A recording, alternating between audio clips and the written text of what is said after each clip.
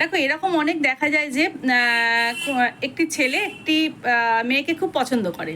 এবার সেটা একটা মেয়েও পছন্দ করতে পারে একটা ছেলেকে, বা একটা ছেলে, যাই হোক। তো অপর পক্ষ থেকে কি হয়, সেটা বুঝতে পারছে কিন্তু তাকে বুঝতে দিচ্ছে না আর কি।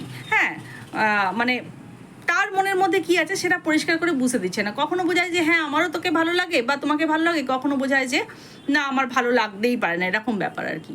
তো সে সেটা করে মজা পায়। দেখো মজা 2 দিন 4 দিন করো ঠিক আছে, বেশি দিন কারো ইমোশন নিয়ে খেলা করাটা আমার মনে হয় ঠিক না। দেখো তোমার যদি ভালো লাগে সেটা পরিষ্কার তাকে বুঝিয়ে দাও বা বলে দাও, সে খুব খুশি হবে। আর যদি ভালো না লাগে সেটাও তাকে বুঝিয়ে দাও বা বলে দাও পরিষ্কারভাবে। কেন দেখো বেশি দিন যদি সে মানে বেশি দেরি করো এটা বোঝাতে যে না ভালো লাগে না, তাহলে তার কষ্টটা বেশি হবে। তার চেয়ে শুরুতেই সেটা বুঝিয়ে দেওয়া ভালো।